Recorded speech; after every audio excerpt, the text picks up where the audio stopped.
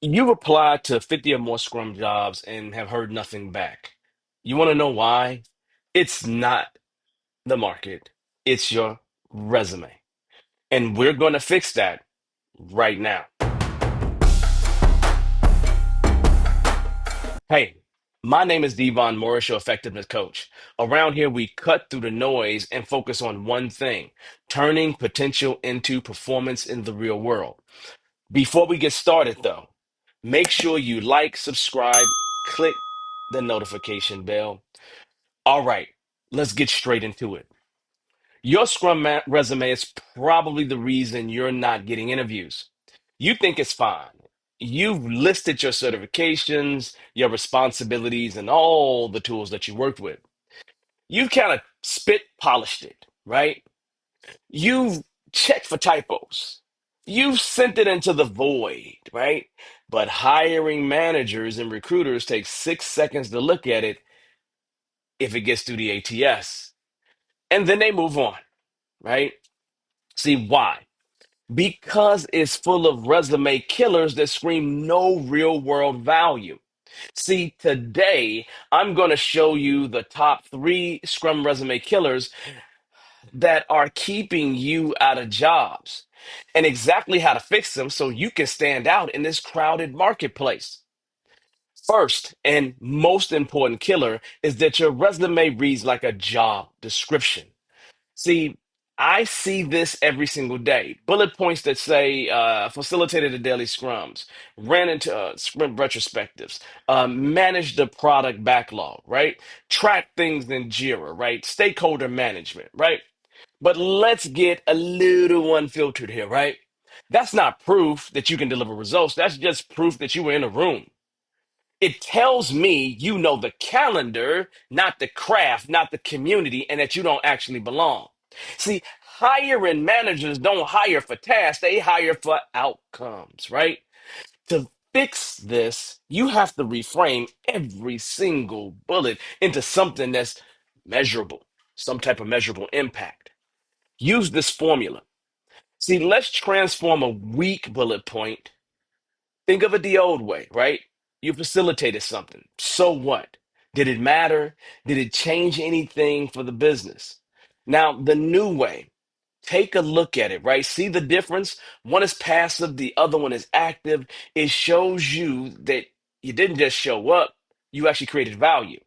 See, I want you to go through your resume. If a bullet doesn't have a number, a percentage, or a business result, it's dead weight. Cut it, get rid of it, fix it, start again. Killer number two is that it feels counterintuitive, right? It's like a certification trophy case. Some of you have resumes that look like alphabet soup right after your name: CSM, PSM, SAFE, ICP, da da da da da da da da da da da. Let me tell you an unfiltered truth here, right? Certifications don't get you the job. They kind of get you ignored. Why? Because when you stack them without context, you look like someone chasing credentials instead of delivering values. It signals you're a professional student, man. It doesn't signal you're a practitioner. See, the fix is to showcase certification strategically, right? Pick your one or two most relevant high impact certifications and put them in your header, right? That's it. Then you tie the certification to results. Instead of just listing all those letters, now your credential isn't just a credential, that certification. It's proof of skill you actually use to make a difference. That's authority. The third killer is that you sound exactly like every other applicant, man. Your resume is filled with the same buzzwords: servant leader, empowered teams, continuous improvement, fostering stakeholder product backlog refinement, yada, yada, yada. When every resume says the same thing, none of them stands out. It's all noise at that point. See, it's the corporate of equivalent of you going in a room and not standing out. It's meaningless because it's not backed by proof. The fix is to translate your Scrum jargon into the language of business, time, money, risk. Nobody at the director level, executive cares about yes, you empower teams. What they care about is what the empowerment produce. So think about this, right? Empowered cross-functional teams to deliver incrementally.